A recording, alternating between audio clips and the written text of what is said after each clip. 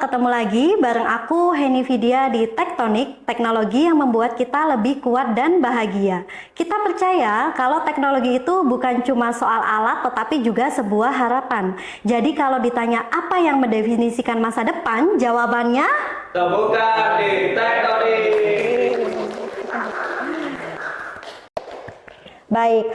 Saat ini kita sedang siap-siap untuk menuju momentum yang sangat istimewa, yaitu Disnatalis Fakultas Teknik yang ke-60 yang perayaannya akan dilaksanakan di Lombok ya Pak Nada dan Bu Vita, di mana itu akan membawa atmosfer yang baru yang nggak hanya megah secara lokasi tetapi juga kaya akan makna dan kolaborasi. Nah, salah satu agenda yang paling dinanti dari Disnatalis Fakultas Teknik yang ke-60 ini salah satunya adalah World Contest atau International Conference yang diinisiasi oleh masing-masing departemen yang ada di Fakultas Teknik. Nah, kalau Disnatalis ini kita ibaratkan seperti sebuah pertunjukan yang besar, maka International Conference ini adalah salah satu panggung utamanya yang akan kita bahas pada episode kali ini. Di mana di panggung ini pastinya nanti setiap departemen itu akan tampil dengan karakter, naskah dan juga pemainnya masing-masing. Dan hari ini kita akan mengintip sedikit di balik layar panggung itu, mulai dari tema dan topiknya, kemudian prosesi seleksi naskahnya sampai dengan siapa sih kira-kira bintang tamunya begitu. Nah, hari ini sudah kita kedatangan dua tamu yang sangat spesial sekali. Mereka ini adalah sosok-sosok yang ada di garda terdepan penyelenggaraan International Conference dari masing-masing departemen. Di sini ada dari Departemen Pendidikan Tata Boga dan Tata Busana ada Pak Nada Itorul Umam, dan selanjutnya mewakili dari Departemen Teknik Sipil dan Bangunan ada Ibu Vita Ayu Kusuma Dewi. Halo Pak Nada dan Bu Vita, apa kabar? Halo, alhamdulillah baik. Alhamdulillah baik semua ya. Mungkin Pak Nada dan Bu Vita boleh nih sedikit menyapa sobat tektonik kita. Oke, halo teman-teman tektonik khususnya ya. Saya mewakili dari Departemen Pendidikan Tata Boga dan Busana sebagai PIC dari Innovatek atau International Conference on Innovation in Food Science, Culinary Arts and Fashion Education 2025. Sebagai pengantar, Innovatek ini merupakan konferensi internasional pertama yang diselenggarakan oleh Departemen Pendidikan Tata Boga dan Busana Fakultas Teknik Universitas Negeri Malang, dan yang pertama ini kita juga berkolaborasi dengan Asosiasi P3FNI atau Penggiat Pangan Fungsional Indonesia. Ini juga yang pertama ini juga langsung kita selenggarakan di Lombok, Nusa Tenggara Barat, Indonesia. Baik, boleh Bu Vita silakan. Halo sahabat tektonik, saya Vita, PIC dari International Conference dari Departemen Teknik Sipil dan Perencanaan. Conference yang akan dilaksanakan adalah International Conference on Green Construction and Civil Engineering Education yang akan dilaksanakan di Lombok, dan ini adalah pelaksanaan keempat. Baik, menarik sekali ya. Nah, Pak Nada dan Bu Vita, sebelum kita membahas lebih serius lagi ya, saya pengen tahu nih biar nanti suasananya nggak tegang-tegang banget gitu. Nah, kalau misalkan Pak Nada sama Bu Vita ini nggak jadi dosen nih, kira-kira apa sih impian masa kecilnya Pak Nada sama Bu Vita dulu? Mungkin bisa dari Pak Nada dulu. Oke, sebenarnya dari dulu tuh saya ini ya pengen jadi dokter ya. Jadi ceritanya adalah saya itu adalah mantan calon mahasiswa kedokteran. Oh, begitu. Belum sempat jadi mahasiswa kedokteran, tapi mantan calon seperti itu. Tapi akhirnya takdirnya menjadi dosen di sini ya. Alhamdulillah. Alhamdulillah. Baik. Kalau Bu Vita gimana Bu Vita? Kalau saya dari kecilnya kayaknya impian semua orang ya, Wanada, kedokteran. Ya, sempat mendaftar di kedokteran tapi akhirnya di bidang pilihan kedua gitu Bu, di teknik, khususnya di teknik sumber daya air ya, bagian dari sipil. Akhirnya memutuskan menjadi dosen karena saat menjalani pendidikan oleh promotor diarahkan gitu kan dengan berbagai pertimbangan sepertinya akan cocok gitu kalau di dosen, sehingga akhirnya nyemplung juga di dosen. Baik, jadi impian masa kecilnya Pak Nada dan Bu Vita ini seru ya, tapi mungkin masa kecil itu, impian masa kecilnya itu memang mungkin nggak sepenuhnya hilang, mungkin cuman berubah bentuk aja ya Pak Nada dan Bu Vita, dan sekarang jadi dosen ini juga suatu hal yang harus disyukuri ya Pak Nada dan Bu Vita. Baik, kita balik ke pembahasan kita. Kalau misalkan Disnatalis itu kita ibaratkan seperti sebuah pertunjukan yang besar, maka International Conference itu adalah salah satu panggung utamanya ya Pak Nada dan Bu Vita. Nah, apa sih tema dan topik utama yang akan diangkat dalam konferensi dari tiap-tiap departemen ini? Mungkin bisa dimulai dari Pak Nada dulu. Oke, di tahun 2025 ini atau Innovatech yang pertama, kita mengangkat topik besar yaitu Sustainable Innovation for Global Food, Culinary and Fashion Industry. Di sini kita mengharapkan bahwa bagaimana kita membuat suatu inovasi di bidang food science and technology, culinary dan juga fashion untuk keberlanjutan industri tersebut. Nah, selain itu kami juga ada subtema besar itu kita juga include-kan di pendidikan vokasional bidang culinary and fashion seperti itu. Nah, dari tema besar itu kita bagi menjadi 4 subtema. Nah, yang pertama adalah subtema untuk food science and technology, di mana nanti food safety, processing engineering dan lain sebagainya. Yang kedua kita ada culinary arts. Nah, yang ketiga kita ada fashion technology, dan yang terakhir ada educational on culinary and fashion. Jadi menarik sekali ya. Mungkin kalau dari Bu Vita dari DTSP ya, DTSP bagaimana Bu? Dari ICGCI secara umum juga itu kita mengambil tema Green Infrastructure in Climate Change Adaptation.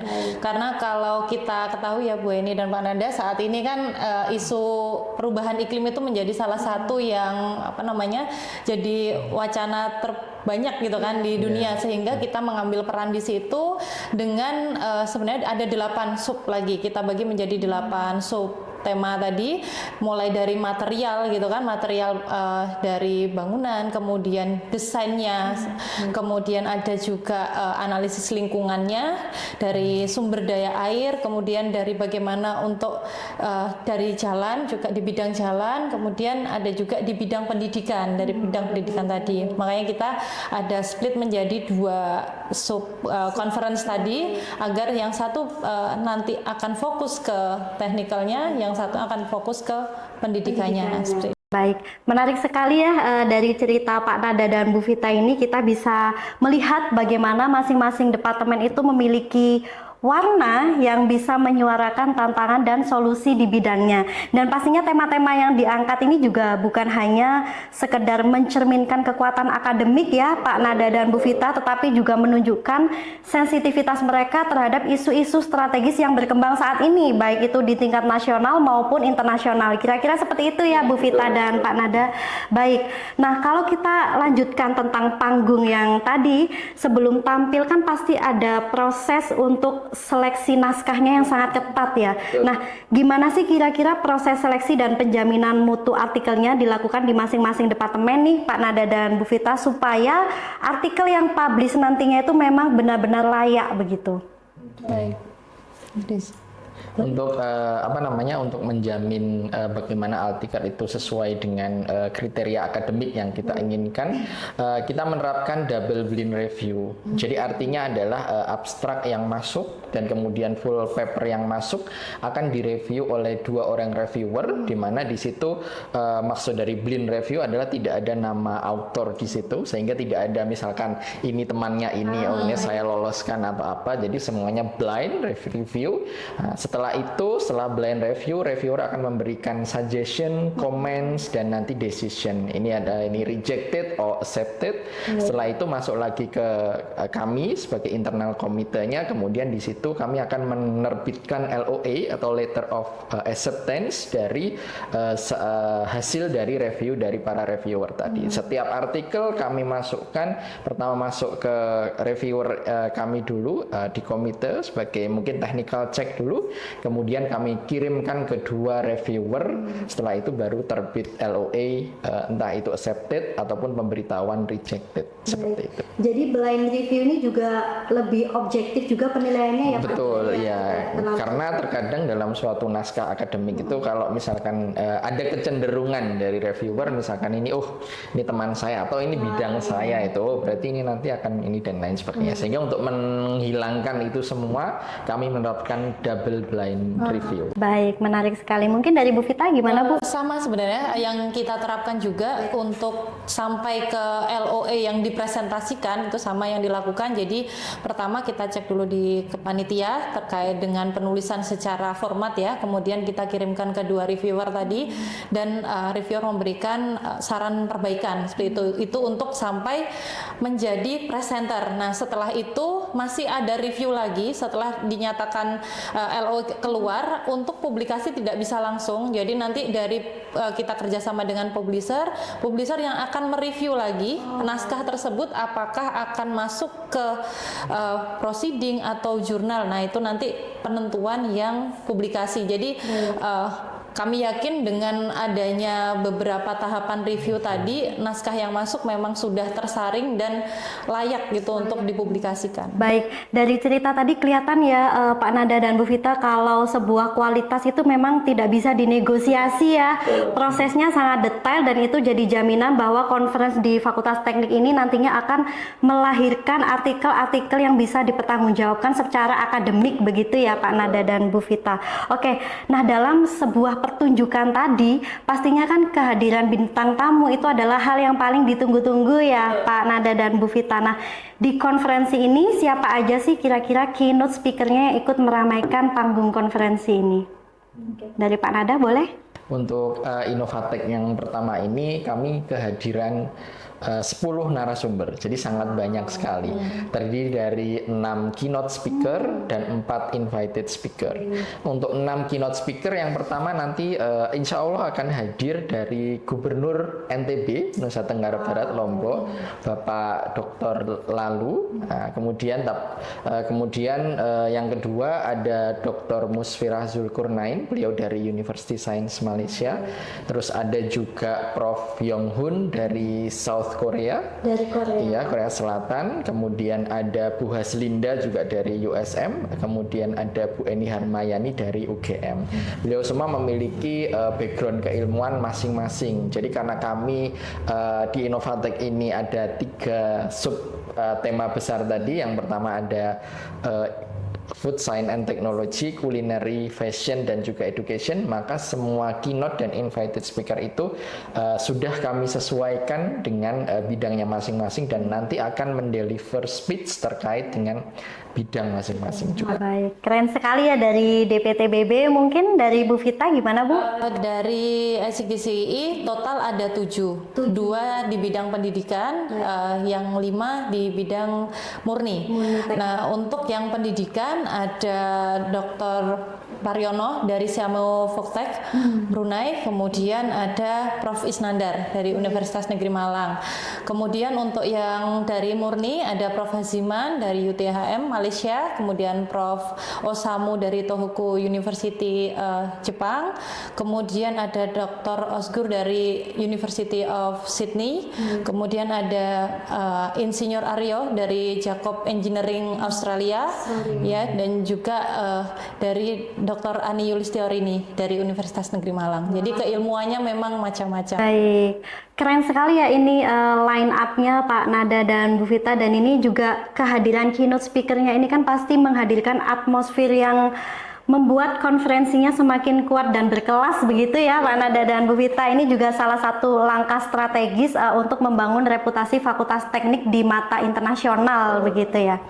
Nah, dalam konteks akademik nih Pak Nada dan Bu Vita, kira-kira seberapa besar sih konferensi ini untuk memperkuat rekam jejak para dosennya?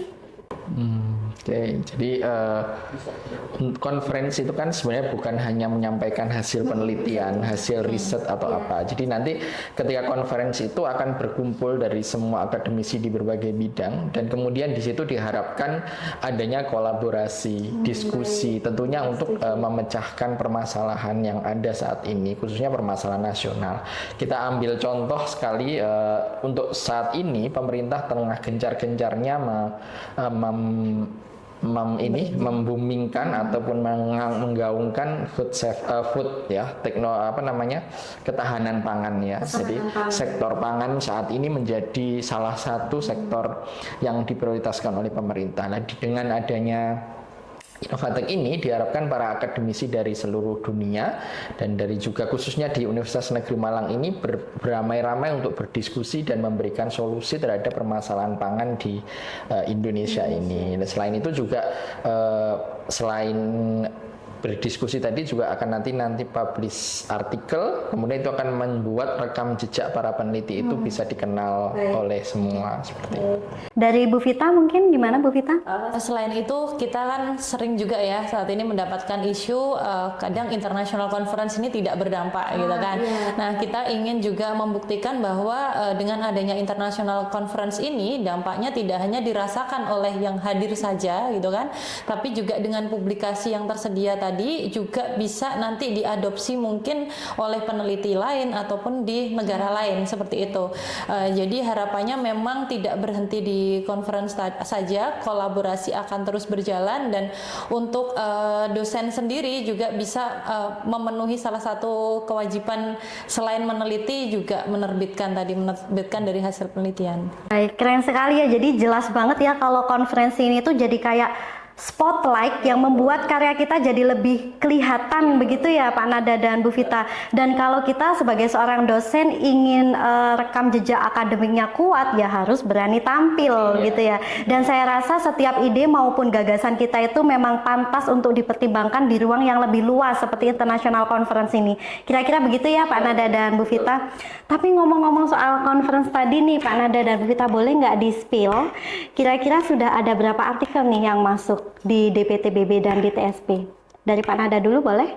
Oke, di Innovatek itu kemarin untuk yang online maupun onsite kita sudah terima sekitar, terakhir kalau tidak salah itu sekitar 87. Nah, 87 yang masuk itu belum termasuk keynote dan invited. Jadi total nanti untuk yang akan berpartisipasi di Innovatek ini kurang lebih sekitar 100 orang. 100 orang ya, wah baik, luar biasa sekali. Dari Bu Vita? Di ICGCE sendiri total terakhir kita terima ada 69, tapi belum termasuk yang dari Universitas Negeri Malang. Dan juga keynote-nya belum masuk. Jadi kita harapkan nanti dengan adanya tambahan tadi bisa mencapai 100 juga ya Pak ya. Akan sangat ramai-ramai kita nanti. Publikasinya tidak hanya di satu proceeding. Harapan kita memang tahun ini, kalau sebelumnya mungkin hanya satu proceeding, kita bekerja sama juga dengan jurnal ya Pak. Jadi harapannya bisa lebih banyak lagi dan menyebar. Baik, ini antusiasnya sangat luar biasa sekali ya Pak Nada dan Bu Vita, dan ini juga menjadi sinyal positif bahwa konferensi internasional di Fakultas Teknik ini memang ditunggu dan dipercaya sebagai forum ilmiah yang kredibel, begitu ya kira-kira Pak Nada dan Bu Vita. Nah oke, sebelum kita akhiri nih Pak Nada dan Bu Vita, boleh dong satu kata aja untuk Fakultas Teknik? Dimulai dari Pak Nada boleh? Hebat. Hebat. Bu Vita? Inovatif. Inovatif, hebat dan inovatif, kata-kata yang sangat kuat sekali ya. Dari kata-kata ini saja kita bisa membayangkan betapa kuatnya identitas dan karakter dari Fakultas Teknik ini, begitu ya Pak Nada dan Bu Vita. Oke, kalau tadi kita sudah menggali insight yang menarik dari Pak Nada DPTBB dan Bu Vita DTSP, sekarang kita beralih ke dua narasumber kita yang nggak kalah inspiratifnya. Nah, di sini sudah ada Pak Azhar Ahmad dari Departemen Teknik Elektro dan Informatika DTEI, ini juga departemen saya. Dan juga ada Pak Yahya Zakaria dari Departemen Teknik Mesin dan Industri atau DTMI. Halo Pak Azhar dan Pak Yahya. Halo Mbak Eni. Halo Mbak Eni. Boleh dong disapa Sobat Tektonik kita? Halo Sobat Tektonik, selamat pagi semuanya. Sobat Tektonik, selamat pagi dari DTMI. Baik, mungkin pertanyaannya sama ya Pak Azhar dan Pak Yahya dengan narasumber kita sebelumnya, tapi saya percaya setiap departemen itu pasti punya sentuhan unik untuk mengangkat topiknya masing-masing. Nah, sebelum kita mulai lagi, ini yang narasumber kedua ini sepertinya agak tegang ini ya. Kita santai aja ya Pak Azhar dan Pak Yahya. Nah, saya mau kasih pertanyaan biar nggak tegang-tegang banget nih. Kalau misalkan dikasih dua pilihan, kira-kira Pak Azhar sama Pak Yahya ini tim submit paper jauh-jauh hari apa tim H-1? Pak Azhar, boleh? Oke, kalau saya tentunya pasti akan memilih tim submit paper jauh-jauh hari gitu ya. Jauh-jauh hari. Nah, itu adalah harapannya seperti itu, sehingga nanti termotivasi gitu ya. Tapi realita biasanya juga ya nggak bisa sejauh itu ya, karena ada banyak hal yang perlu dikerjakan juga. Jadi tetap tim agak-agak mepet begitu ya Pak ya? Realitanya kebanyakan kayak gitu. Kebanyakan jadi agak-agak mepet begitu. Baik, kalau Pak Yahya bagaimana Pak? Kalau saya nggak jauh beda dengan Pak Azhar ya. Saya itu pengennya juga submit itu dari lama gitu kan, biar kita tuh udah plong, nggak ada tanggungan gitu Pak ya. Tapi ya realita aja kita harus kadang deadline sih ya. Deadline itu kita baru submit gitu. Itu tidak untuk dicontoh ya. Tidak untuk dicontoh ya teman-teman. Kalau saya sendiri jujur saya tuh tim H-1 Pak. Saya melek H-1 karena bagi saya deadline itu bukan batas waktu, tapi munculnya ilham itu ya H-1 itu memang begitu. Nah, oke, kalau kita balik lagi ke Disnatalis ya Pak. Disnatalis itu kan kalau misalkan kita ibaratkan seperti sebuah pertunjukan yang besar, maka International Conference itu adalah salah satu panggung utamanya. Nah, gimana nih tema atau topik utama yang diangkat di DTEI dan DTMI dalam konferensi ini dari masing-masing departemen gimana nih? Mulai dari Pak Azhar dulu boleh? Oke, kalau di Departemen Teknik Elektro dan Informatika kita ada ICE-IE ya. Ini sudah yang ke-9. Jadi International Conference on Electrical, Electronics and Information Engineering. Jadi komplit ya. Jadi departemen kami juga berubah nama gitu kan di akhir-akhir ini. Nah, sehingga harapannya ini bisa mewadahi ya terkait teknologi. Ya, terutama topik kita nih, tema kita ya. Tema kita adalah teknologi and empathy for SDGs gitu ya. Jadi bagaimana teknologi dan juga empati itu bisa blend ya. Karena kadangkala dengan hadirnya teknologi orang itu sudah nggak empati lagi, sudah nggak ada sosialisasi, sudah berkurang, secara langsung empatinya kurang gitu ya. Kita komentar di sosmed juga tidak ada rasa empati sama sekali. Jadi kita tekankan ini bahwasanya oke, teknologi berkembang, tapi kita harus juga fokus ke empathy ya, for SDGs. Sekali lagi juga masuk ke SDGs gitu ya.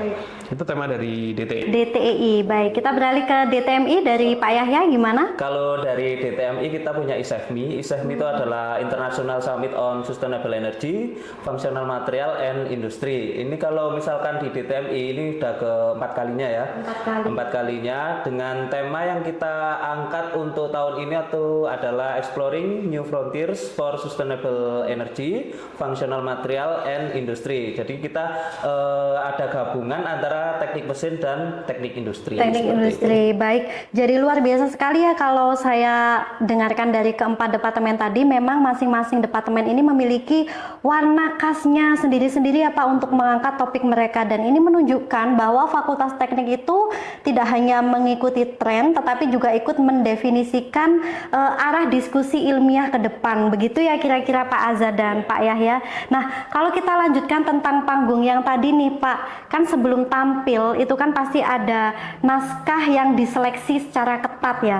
Nah, bagaimana proses seleksi dan penjaminan mutu artikel di masing-masing departemen supaya nantinya artikel yang tampil itu memang benar-benar layak untuk dipublikasikan. Begitu, mungkin bisa dimulai dari Pak Azhar terlebih dahulu. Baik, terima kasih. Jadi kalau di ICIE ini karena sudah ke-9 dan ini kami juga bekerja sama dengan IEEE Indonesia Section. Kita tahu bahwasanya untuk IEEE ini lumayan ketat ya. Jadi kemarin juga ketika saya mengikuti workshop untuk conference management itu untuk tahun-tahun ini juga lebih diperketat lagi untuk menjaga quality control gitu ya. Nah, salah satunya di departemen kami ini kalau untuk conference manager gitu ya, ya, itu salah satunya menggunakan EDAS gitu. Nah, sehingga untuk memastikan paper yang masuk ini berkualitas, itu kita ada 3 blind reviewer gitu ya, 3 blind reviewer. Jadi topik yang sesuai begitu ya. Jadi kita ada informatics, kemudian ada electronics untuk arus lemah begitu ya, kemudian ada arus kuat ya, electrical begitu. Nah, dan juga ada engineering education, tetapi kita fokus pada teknologinya begitu ya. Ya, jadi itu yang kita fokuskan. Nah, dari 3 reviewer ini nanti akan memberikan review kepada seluruh paper tersebut ya, dan dalam bahasa Inggris.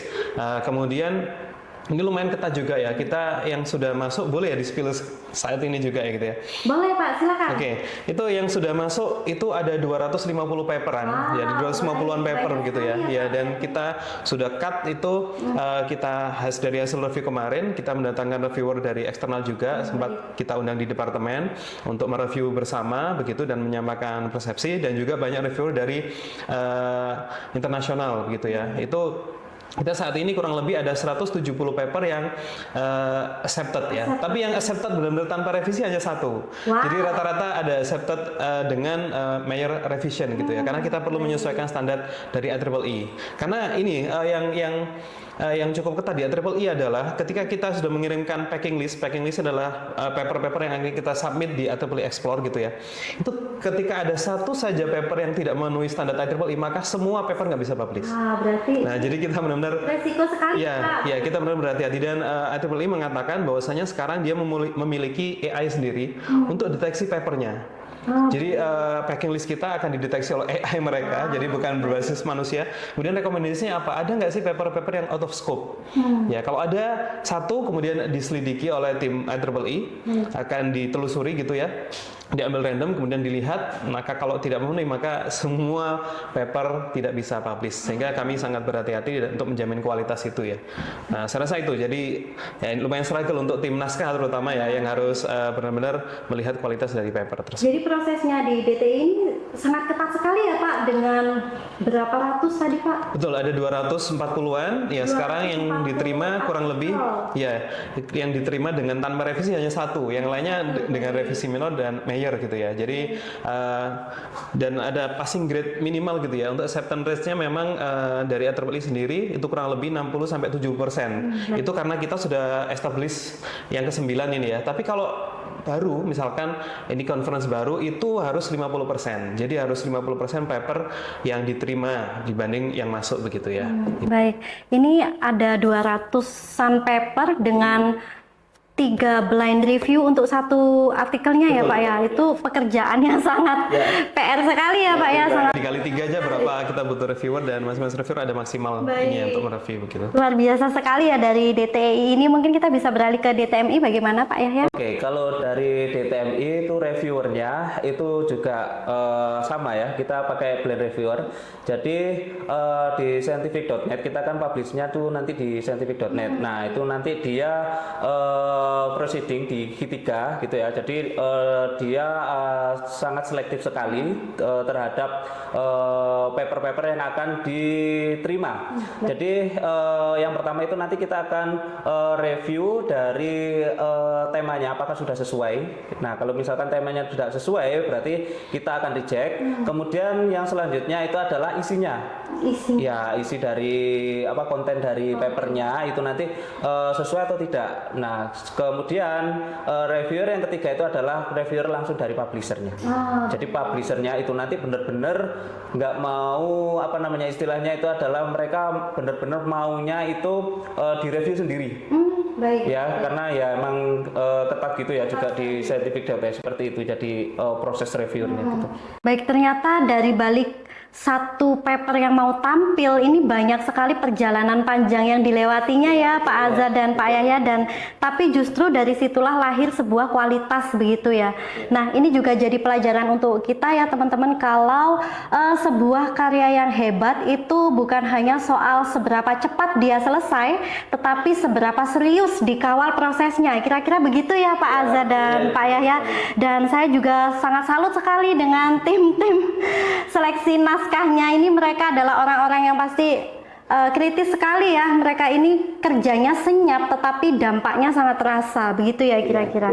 Oke, Pak Yahya dan Pak Azhar, di dalam sebuah pertunjukan itu kan pastinya kehadiran bintang tamu itu adalah hal yang paling ditunggu-tunggu. Nah, di konferensi ini siapa aja sih kira-kira keynote speakernya yang diundang baik dari DTEI maupun dari DTMI? Boleh dimulai dari Pak Azhar? Oke, kita ada 3 keynote speaker ya. Yang pertama ada Prof. Yao Ming Shen, itu dari Department of Electrical Engineering National Taiwan University dari Taiwan. Beliau juga salah satu editor dari jurnal IEEE. Jadi ini sangat sesuai gitu ya, kerjasama dengan IEEE. Kemudian dari editornya kita datangkan gitu ya untuk menyampaikan insight beliau terkait electrical gitu ya. Jadi kemudian dari informatics kita ada Prof. Dr. Azlan bin Muhammad Zaid dari Faculty of Computer University Technology Malaysia. Jadi Malaysia. Ya betul.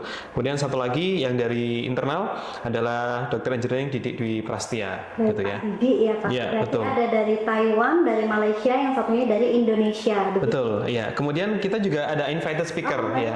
Yang pertama adalah kita mengundang ini yang jadi invited speaker adalah dekan ya, dekan dari Fakultas Teknik Unram. Jadi Insinyur Muhammad Syamsu Iqbal, dan juga satu lagi salah satu pimpinan dari Bumi Gora begitu ya, karena ini adalah co-host yang di Lombok begitu ya, yaitu Dr. Insinyur Bambang Krismono. Jadi beliau ini kita undang untuk memberikan insight begitu ya kepada kita, karena inti dari conference itu selain kita mengundang bintang tamu gitu ya, tapi kita bisa yang penting adalah membangun jejaring ini ya, komunikasi, dan juga nanti bagaimana riset bersama. Yang penting adalah untuk bisa berdampak begitu. Baik, menarik sekali Pak Azhar. Boleh dari Pak Yahya? Oke, jadi kalau dari DTMI keynote speakernya itu ada 5. Jadi kita kan ada 2 fokus. Jadi yang satu adalah mechanical dan yang satunya adalah industrial. Untuk yang mechanical itu nanti ada Prof. Mariam dari Malaysia, Universiti Kebangsaan Malaysia. Kemudian satu lagi itu adalah Prof. Prof. Majid. Prof. Majid ini adalah selain dari AP dari kita DTMI, beliau juga akan kami undang sebagai narasumber keynote speaker.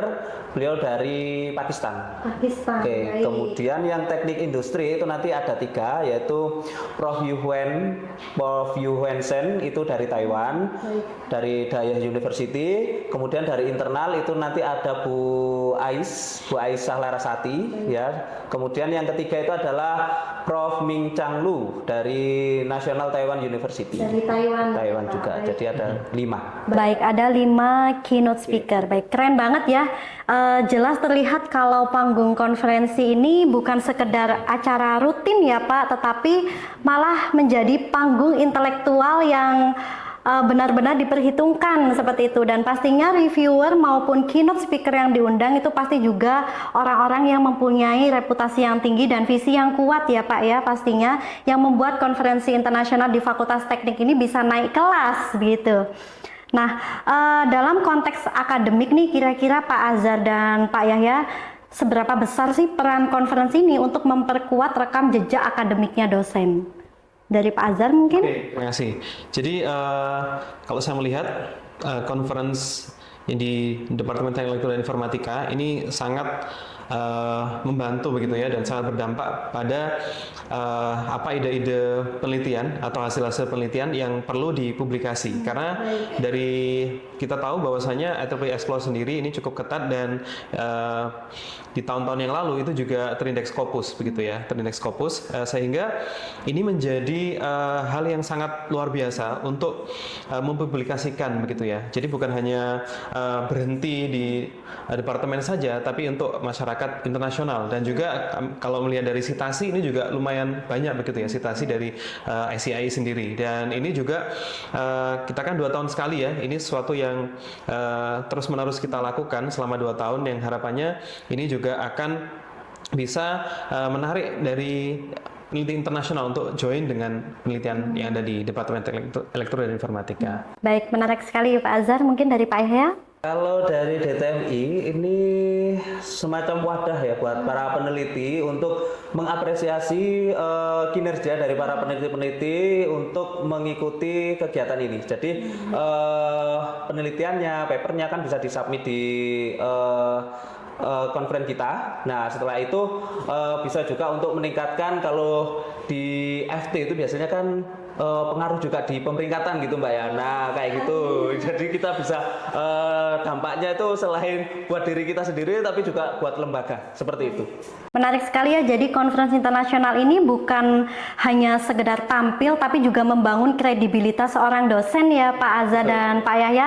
Dan lewat konferensi ini nantinya artikel yang publish itu akan menjadi jejak digital untuk memperkuat posisi akademik kita di mata dunia, begitu ya Pak, dan itu nilainya nggak main-main seperti itu.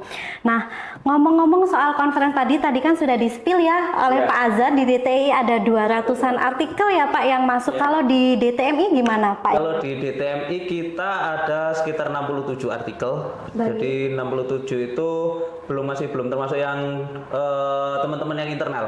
Jadi itu masih yang dari luar, seperti itu. Nah, luar biasa sekali ya, dan semoga nanti juga banyak yang lanjut ke kolaborasi ya Pak Yahya dan Pak Azhar, jadi tidak berhenti di conference saja begitu. Oke, sebelum kita akhiri, satu kata dong Pak Azhar dan Pak Yahya untuk Fakultas Teknik.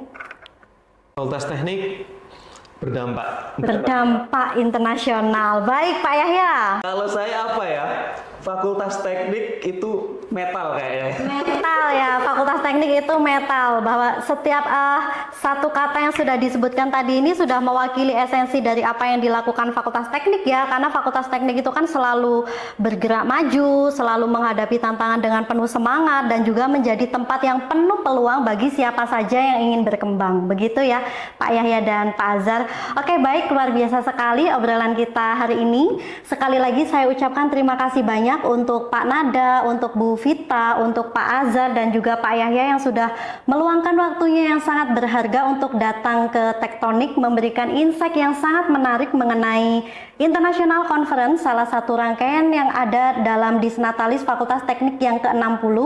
Semoga apa yang sudah Bapak Ibu sampaikan tadi menjadi inspirasi untuk kita semua untuk bisa terus berkarya, berinovasi, dan juga menjalin kolaborasi yang luas di tingkat nasional maupun di tingkat internasional.